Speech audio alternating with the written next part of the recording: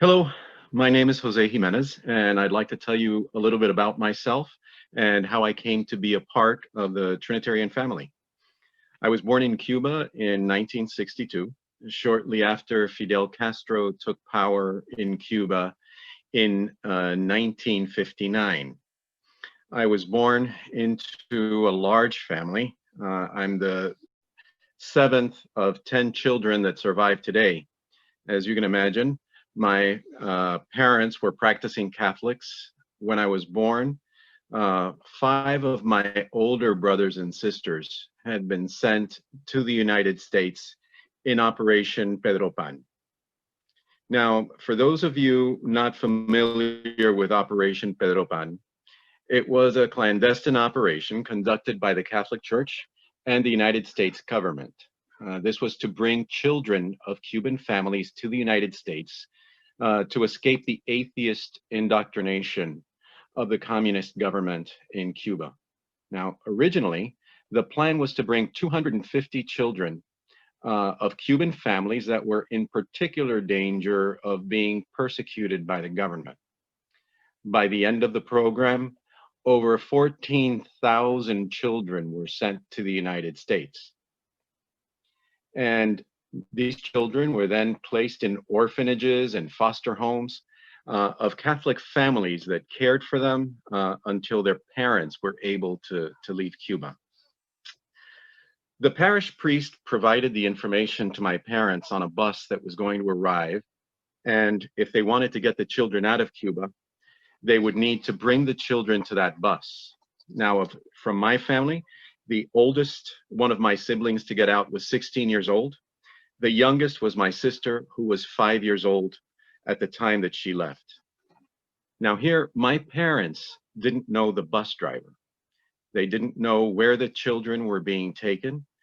They didn't know when they would arrive in the United States, nor if they would live, nor where they would live when they arrived. Because of the political tension between Cuba's communist government and the United States, my parents were not able to leave Cuba for 5 years when my parents obtained a visa to travel to Mexico.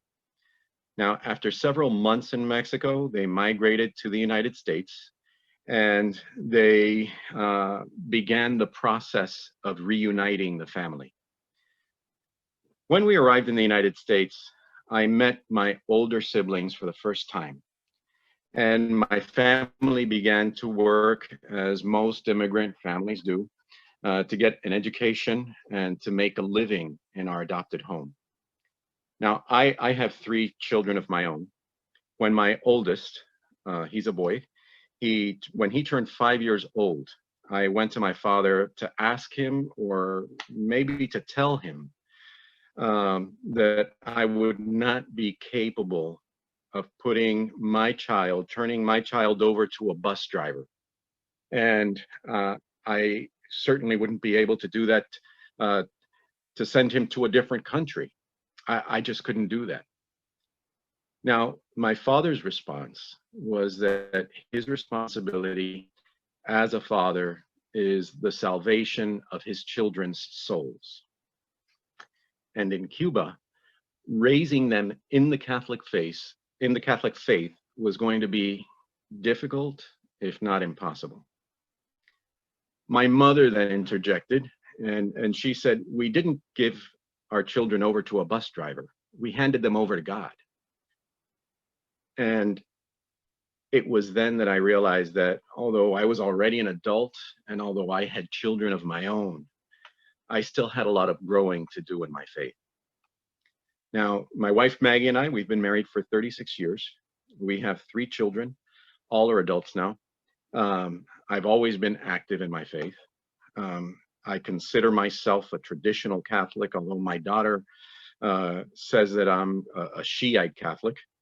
I've always been active in my parish and in the Catholic community in South Florida.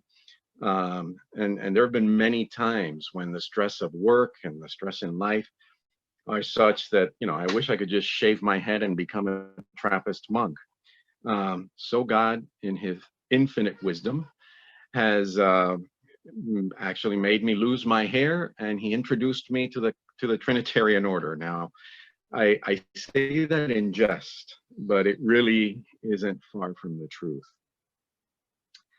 As a Catholic, I spent years praying for vocations, uh, and I've prayed heavily for the future of our church.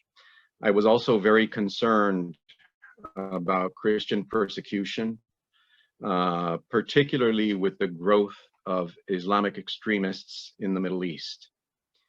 Now, Sister Coralie Maldonado, a fellow tertiary in Miami, she told me about a meeting of the Trinitarian order to begin a third order in Miami. So I'm embarrassed to say that, this Shiite Catholic wasn't familiar with the Trinitarian order. Trinitarians really have a very small presence in the United States.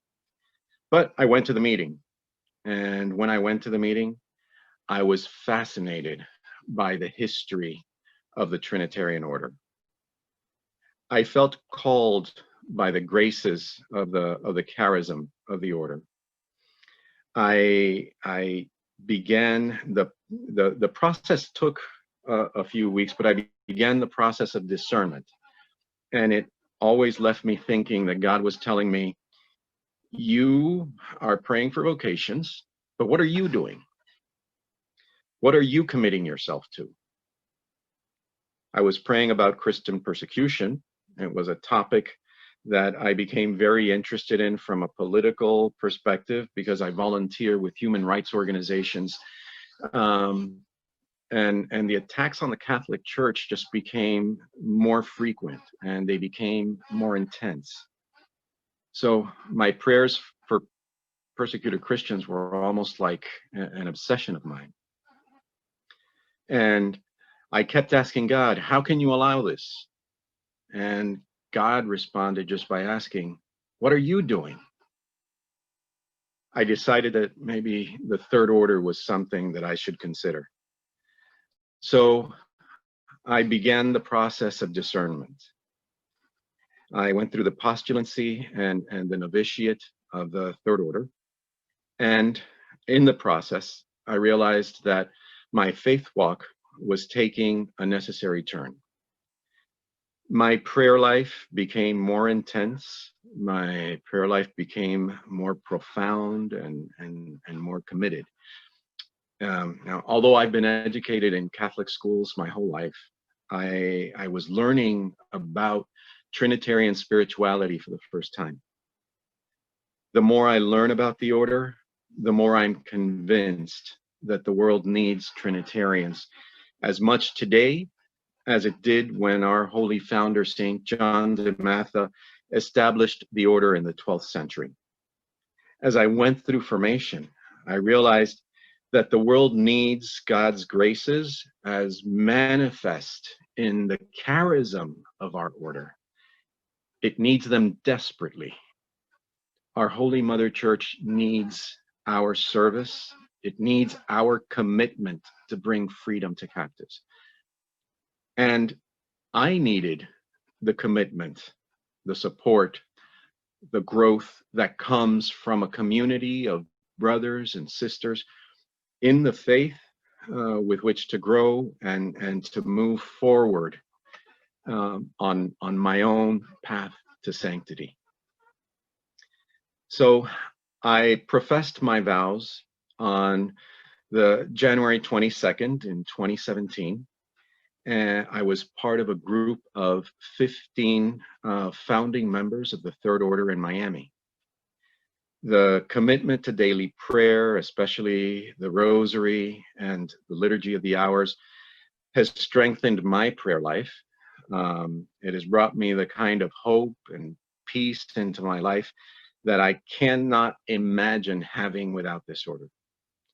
In this order, I have brothers and sisters in every way possible, except the biological. And I'm very thankful for that. The past 4 years, they've been challenging. Life in the community, as in any family, is not always easy. But it is rewarding because the challenges have opened my eyes. In some cases, It's opened my heart to things that in the past I either ignored or was not aware of. I believe that I'm on the right path because I feel like with every passing day, the devil has been paying more attention to me. I must be doing something right. This is also part of my testimony about life as a tertiary. Um, the devil will tempt you. And if you don't give in, he will make your life difficult. The past 4 years have been the most difficult and the most peaceful of my life. As C.S. Lewis says, life without God is not immunity from difficulties, but peace in difficulties. If you do not give in to these difficulties, the devil will do everything possible to make your life impossible. Now, as members of the Trinitarian family, we must be there for each other. We have to encourage each other, pray with each other, pray for each other. And in some cases, we use fraternal correction as a means to bring a fellow tertiary to realize that there's something that's separating him or her from God's love. But we support each other, and we support each other in every way possible. So now, as an American, I'm looking at what's happening in the United States, and I realize that it all looks very familiar. It is exactly what has happened in every country that has allowed the government and certain forces in society to separate people from God. I see where all these countries that are supported by the organizations, the human rights organizations that I volunteer with, I see where these countries started their descent into a system where people are denied their ability to practice their faith, where Christians are discriminated against or jailed or tortured. I feel like the passenger in the boat that was carrying the Christians that were ransomed by St. John de Matha. This is described in the beautiful poem, The Mantle of St. John de Matha, a legend of the red, white, and blue by John Greenleaf Whittier.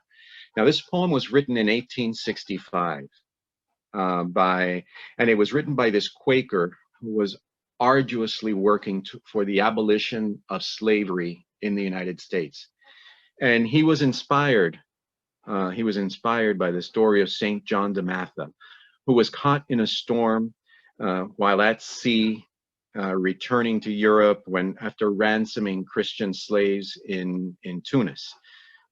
Now, before leaving Tunis, the Muslims had broken the ship's rudder, torn the ship's sails, and it made it impossible for St. John de Matha to navigate in that storm.